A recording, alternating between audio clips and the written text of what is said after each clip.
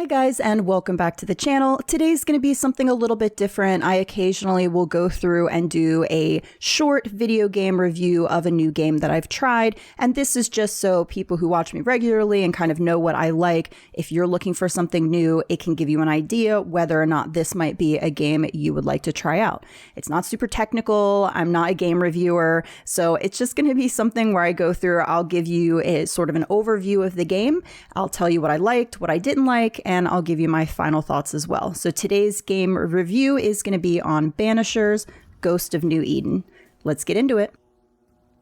First, let's start with an overview of the game. So Banishers Ghosts of New Eden is listed as a third-person action role-playing game.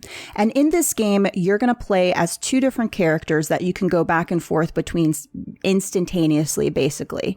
And that is going to be Ghost Hunters, or Banishers, Antea Duarte, and Red McWraith. And basically what happens is the very beginning of the game, Antea and Red are called to colonial New England. It's 1695. And their friend Charles has asked them there because there's a very powerful curse that's afflicting the town, and he wants them to come help banish this curse. And so that's the start of the game. You're traveling across the pond, you're coming to colonial New England, and you are here to help your friend. Now, if you've already heard about this game or you've seen any type of gameplay, you probably already know what happens in that first mission, but I'm going to try to keep this as spoiler-free as possible. And there's basically something really major that happens in that first mission that you have when you reach New England. And so I'm going to try to talk about the game a little bit vaguely when it comes to that, because if you don't know what happens, I don't want to give it away for you. But basically, this first mission is going to set the scene for the entire game. You're introduced to the ultimate evil that you're going to work the rest of the game to get back to, and during the game there is an oath that you are going to take, and your decisions during the game are going to affect whether or not you achieve that oath or you don't achieve it. Now, if you make a decision for the oath at the beginning, don't worry, there's going to be a chance later in the game where you will get a chance to either reaffirm the oath that you made, or you can change it to something different at that point.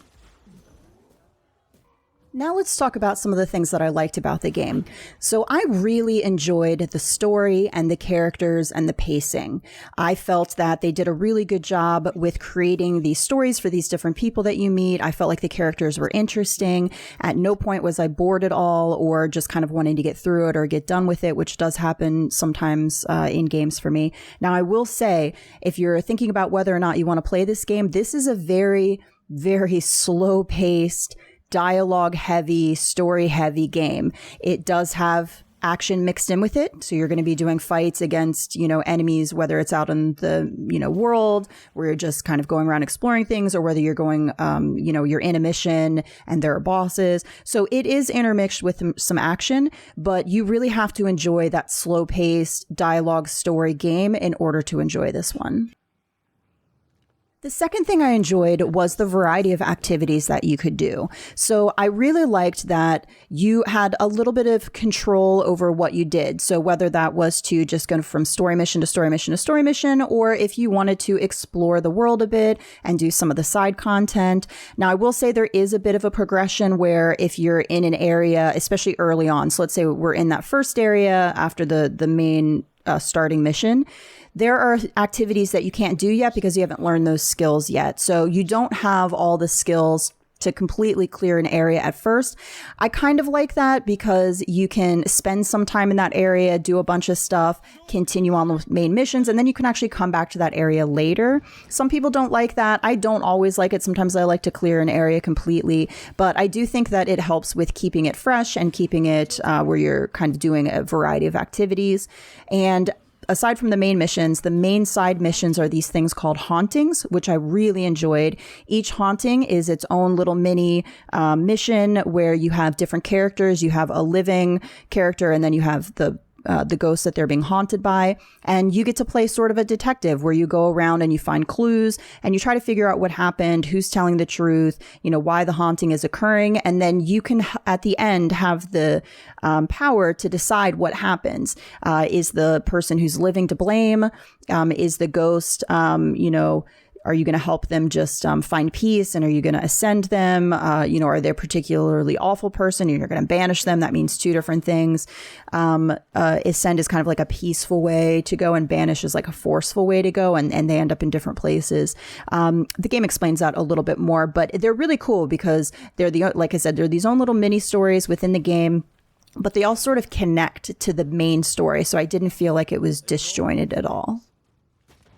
Another thing I enjoyed was the combat. It wasn't overly complicated. I did play on an easy mode. People who watch me know that I'm more interested in really good storytelling and the setting in a game than playing like a Souls-like with the most difficult challenge out there. I do think that playing on a harder level would present quite a challenge, because there were even some ghosts on an easy level that I did struggle with a little bit. But there's a lot of really cool combinations you can get because you're playing as two characters and you can just instantaneously switch back and forth. It makes for some really fun gameplay, and there's a skill tree that gives skills to both of them, and you can create a set of skills where they play off each other in a way that builds into your strengths and what you find fun. So whether you're enjoying playing as Antea or Red more, you can use skills in the tree so that if you do something with one, it'll boost the other, which I found really fun. One of my favorite things actually was something very simple, but with Antea, there was a skill that I was able to get where every time she delivers a punch, it'll reload Red's gun, which was really nice because the gun does a ton of damage and it's a little bit of a slow reload. So I would switch to Antea, I would do some punch combination, and I would switch back to Red, shoot, and then I would repeat. And that was something that I used a lot of. Now let me talk about a few things that I didn't particularly enjoy. One of them is just, I think, sort of a misstep on the devs' parts. And that is because you can switch back and forth between Red and Antea. You will do a whole bunch of stuff with Antea. You'll switch to Red. You'll do like one thing and Antea's like, what about me? I'm here, like use me. Why are you doing this yourself? And I'm like, Antea, I'm literally just did a skill with you. Like I'm literally switching back and forth between the two of you right now. What is your problem? So that was kind of annoying. At times I'm playing the game and I'm just like, Antea, shut up. Like I literally just did 8 skills with you. I actually preferred using her. She has some really fun gameplay. I liked using the gun with Red, but I did find the timing for his parry and just some of his sword attacks to be a little bit tricky and a little bit maybe sluggish sometimes. I wouldn't have the distance correct. I wouldn't be quite close enough to them. So I really enjoyed Antea's gameplay, but man, when I switched to Red, she would get so annoying. The other thing that I didn't super love, and it's a big part of the game, and it didn't detract enough for me not to enjoy the game, but there are puzzles in the game, and it's mostly when you're trying to get to different things on the map, whether it's during a mission, or you're just trying to get to some side content, or you see that there's something nearby that you can do that has a question mark, and it's like a point of interest. The map is set up in a way that you have to figure out how to get to those areas by using different, tunnels or climbing or using Antea's power to teleport from one place to the next.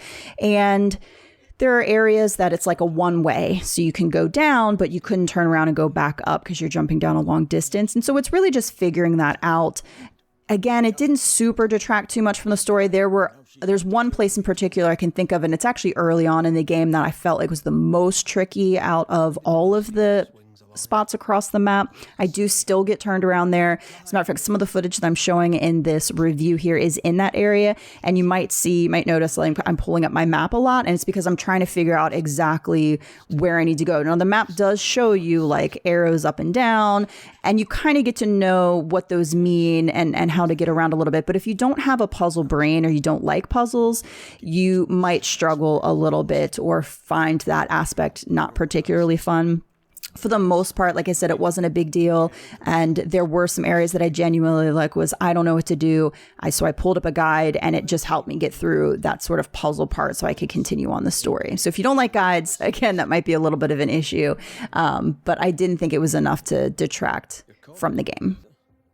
Before I get into my final thoughts, I just wanted to give you a few warnings. Number one, they do give an epilepsy warning at the beginning of the game, and I think a lot of that has to do with Antea's gameplay and just the way it looks and the movements. So if you have epilepsy or you've had seizures in the past, it's just something that you want to keep in mind, that they do give a warning that it is possible it could be triggered by the things in the game. The second warning I want to give you is just that because we're dealing with ghosts and hauntings, the game does deal with death, and it deals with characters that are grieving. And if you are going through a tough time right now, you are grieving, you've had a death in the family recently or someone close to you, this could be a little bit of a tough one. I think they were very sensitive to a lot of the things that were going on when it comes to that, but it's just something I want to let you know, because they are really dealing with the concept of, death and dying and what happens after death, that sort of thing. Which leads me into the final warning is just, hey, this game is set in 1695, and it does deal with things that comes to oppression of people who they deemed different than themselves. These were like settlers, like Puritan type settlers.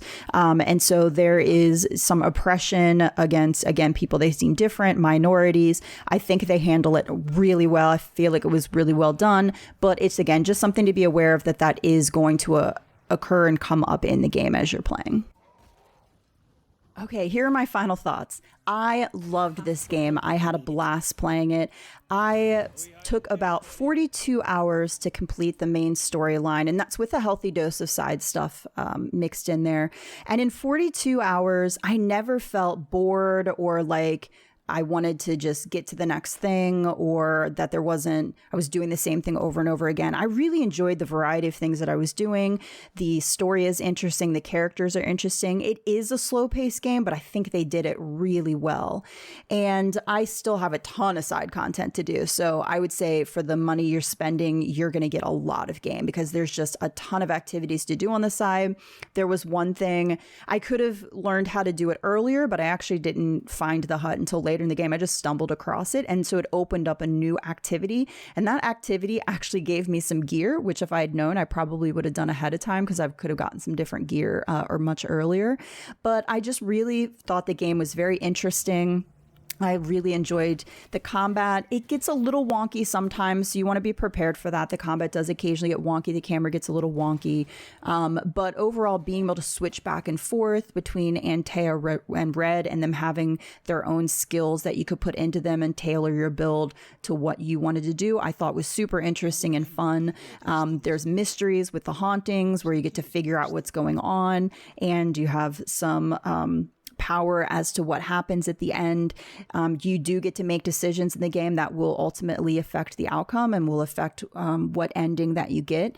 And I just really felt like the whole story was beautiful, and the chemistry between Antea and Red was great. So I really enjoyed the game. I think that it is definitely worth giving a go if you're someone that also loves good stories. I thought the graphics were really good. I didn't run into any bugs in the game, which was nice. The game dropped February 2024, so it's almost a year later, and I think it holds up really well. And I didn't have bugs or things that detracted from the game at all. Overall, I would highly recommend this game if you enjoy story-driven games with interesting characters and great dialogue. The story between Antea and Red is beautiful and powerful, and you'll just fall in love with them. It's interesting. Every different person that you come across NPC has an interesting story. All of the hauntings, which are little mini side missions, tie together to the main story. And the cool thing is that there's a lot of content. I don't remember what I paid for this game, but I think it's like $30 in PlayStation Store right now. And you really do get a lot of content, whether it's just exploring the world and all the side stuff that you can do, or the haunting cases, or even when you make decisions in a certain area, it will affect the outcome and what other missions you get. So there's some replayability with the multiple endings and the extra content, because I might choose to side with somebody during a mission that opens up 2 other hauntings or cases or things that I can do. But if I went back and played that again and made a different choice, it would open up some different side content. So I think that's really cool that there's a lot to do in it. And like I said, it's super interesting. It is a slow-paced game. So if you don't like slow-paced games, you'll struggle. It does have puzzles in it or trying to figure out how to traverse the map. So you want to be a little bit patient when it comes to that if you don't have that type of a brain.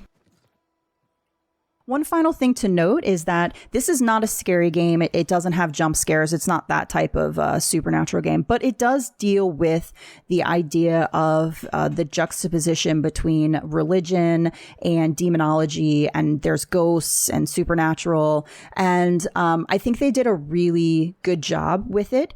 If you think about it, this is, it's the 1600s New England. These are like Puritans, they preach, they have New King or King James Bibles. They're all about, we need to pray and purity. And then there's that opposite side of even sometimes falsely accusing people of witchcraft. And then there's this other side of, demonology and the fact that the ghosts are actually real. And so if you don't like those elements or you feel like that's not going to be something that interests you, that is a huge part of it. I think they did a really good job with it. Whether you're religious or not religious, I feel like they covered those themes really well. And the danger of not accepting people who might be a little bit different or think a little bit differently from you and accusing them of things they haven't done. So I found it super interesting, but those are elements that are in it. So if you're like, no, I don't want to hear about that at all, or I don't want to deal with that at all, whether it's on either side, the religion or the supernatural side, that's what the game is. So it's just something to note that that's what the game's about, and you're going to be dealing with it the entire time. All right, guys, thank you so much for taking the time to listen to this review. I thoroughly enjoyed the game, so if you're looking for something new, this may give you an idea as to whether or not it'll be something you enjoy as well. I tried to keep this as spoiler-free as possible, so I was pretty vague about a lot of the things that were happening. Again, if you even read the description on PlayStation, you'll automatically sort of know what happens at the very beginning of the game. I still kept it out of this video just to try to, if you want to go in blind, but I'm happy to answer any questions that you have about it. If you're curious about something specific, or if you've played the game, let me know how you liked it, what you liked, didn't like. And yeah, thank you so much again. If you found it helpful at all, I'd appreciate it if you'd leave it a like, and I will catch you in the next one.